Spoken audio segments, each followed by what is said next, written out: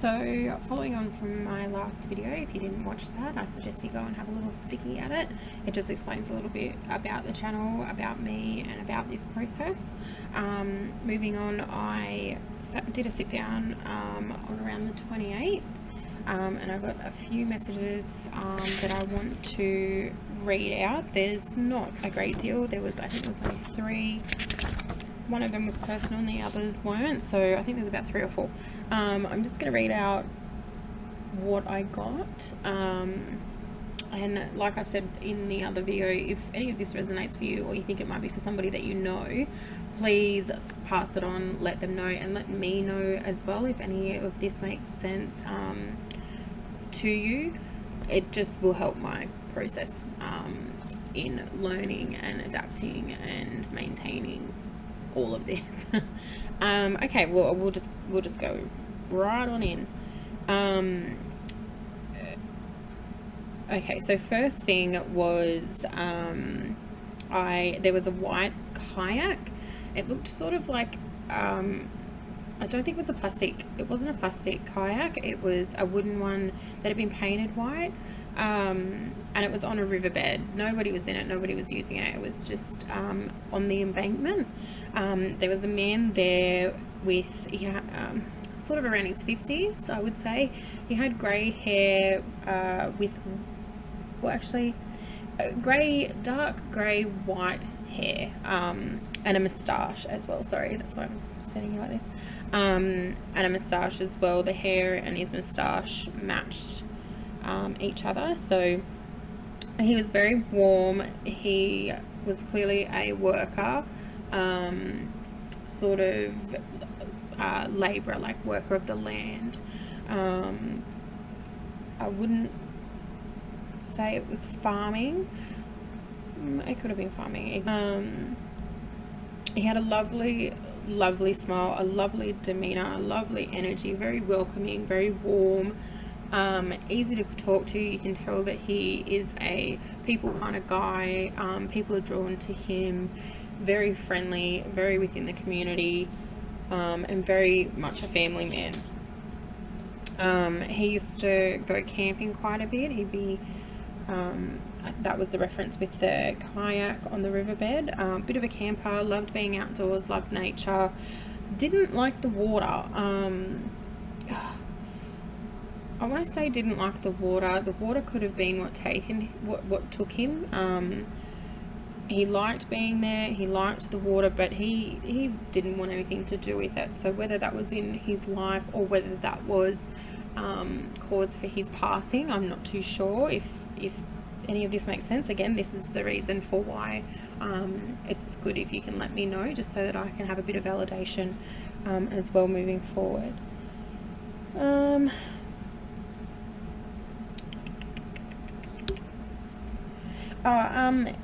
I got the name Walter. Now, I don't know if that was his name. I'm pretty sure it was his name. But the name Walter come through, and when asked if it was his name or not, the message wasn't clear. So it could be either for a Walter or his name is Walter. So if that makes sense. He liked to think of himself. He liked to think of himself as a bit of a Kenny Rogers, sort of laid back country kind of guy. Happy, easygoing, relaxed, that sort of a vibe. Definitely not John Wayne. He said he's not a John Wayne fan, but a very, very happy man, and he just wanted his family to know that he's okay and he's doing well and he's happy. So yeah, the next one was an elderly lady. She had white curly hair, typical sort of, well, not typical, because what's typical for me might not be typical for you, but white curly hair. Now, white hair, not grey, it was white hair, Snow White, like white hair. Very calm, very happy lady. Her name's Betty.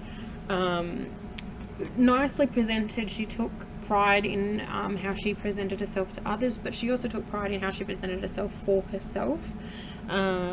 She come through wearing a black shawl, quite a thicker one, a warm winter one that you would wear in winter. she had her jewellery on, earrings, rings, not too many, but the ones that she was wearing were sentimental to her. Very well put together. No makeup on though, but she had a very natural glow, a very polished face. So makeup wasn't a necessity to her, in her own pride and within her own beauty, because she's very naturally very naturally attractive. Excuse me. Oh, and the no makeup thing, she wanted to make sure that I knew that while she was well put together, while she was well presented, neat and tidy, nice jewellery, she took pride in the fact that she didn't need to wear makeup, or that she didn't wear makeup. Her glasses, she wore glasses, and along the outside there was embellishments. I don't know if they were diamond or diamantes or crystals or what have you, but her glasses were very, I want to say, elaborate. She also had one of the cords that you can wrap around so that they're easier to take on and off and have with you at all times. Now, she showed me a brooch, and I want to try and describe this as best as I possibly can.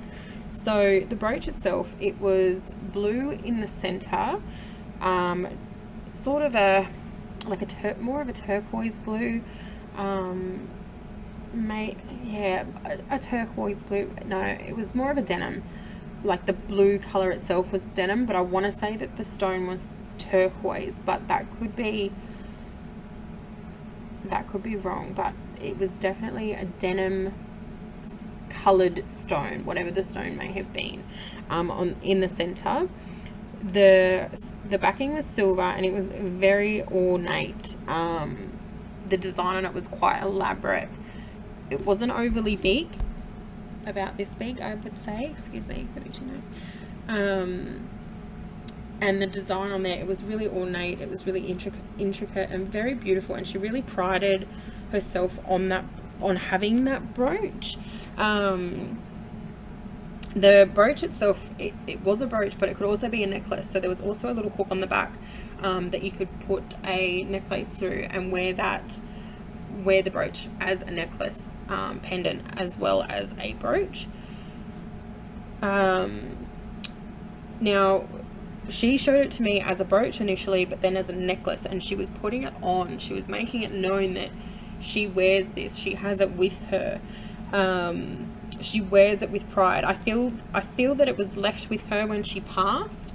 Maybe it was a prized possession of hers. Maybe it was something that she always loved, always wore, but it was with her when she passed, and she's very proud of that. She was very grateful for the fact that that was passed on to her and that she was able to take that with her.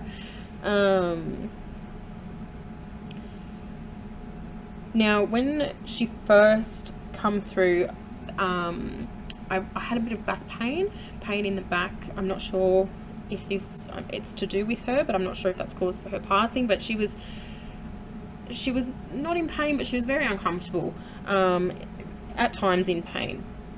When she come through, she was getting up and down, and she was moving around quite easily.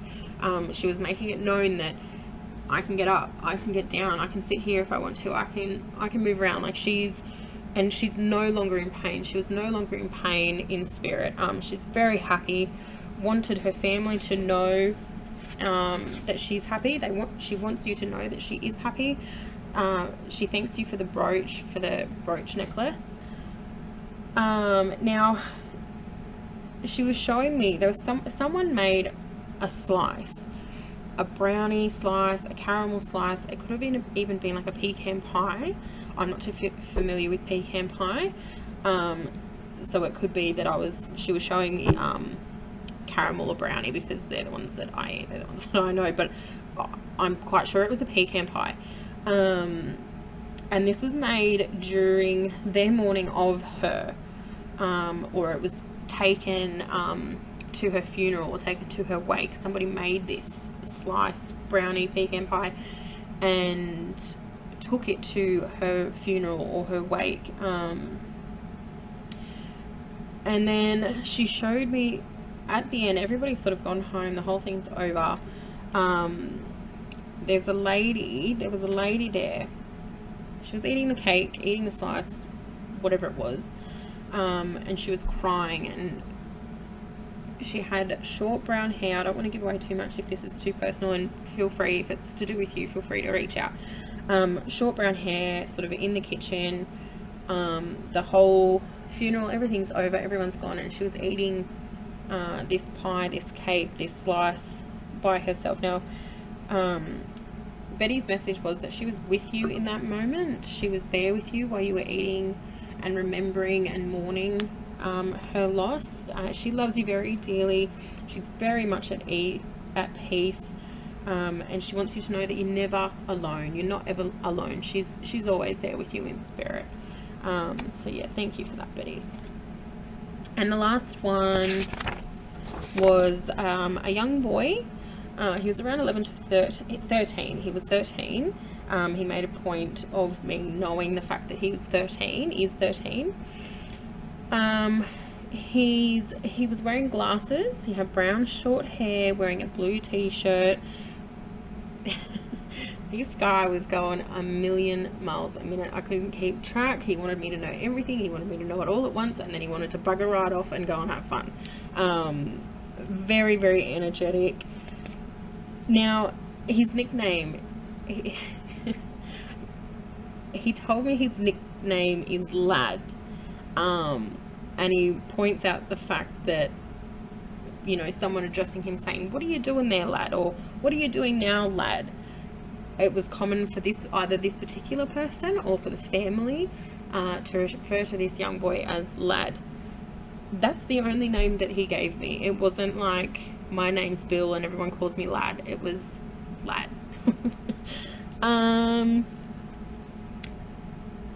Yeah, many used to call him that. Very cheeky. He was toying with me.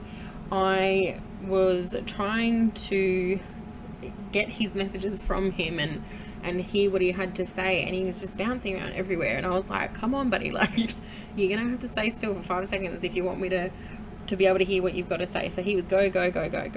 Very happy boy. Clearly had a very happy upbringing. At one point there, I actually said to him, "Okay, lad, like, time, what do you got to say? What do you want me to say?" And his message is, "Tell mum and dad I'm okay." That was it. He just said, "Tell mum and dad I'm okay." He's very happy, very boisterous, just a typical kid having a good time, running around. And that was it. He was a busy bloke. He was off. He was gone. So that was it for that particular session. I'll get on to the next video very, very soon, and I hope that reaches some of you and resonates with some of you, and those messages can be received. If they do, and you've got any more questions, please do reach out. It will be 100% of value to me to hear your responses and hear that these messages have been found, if that makes sense. Okay, thanks guys, bye.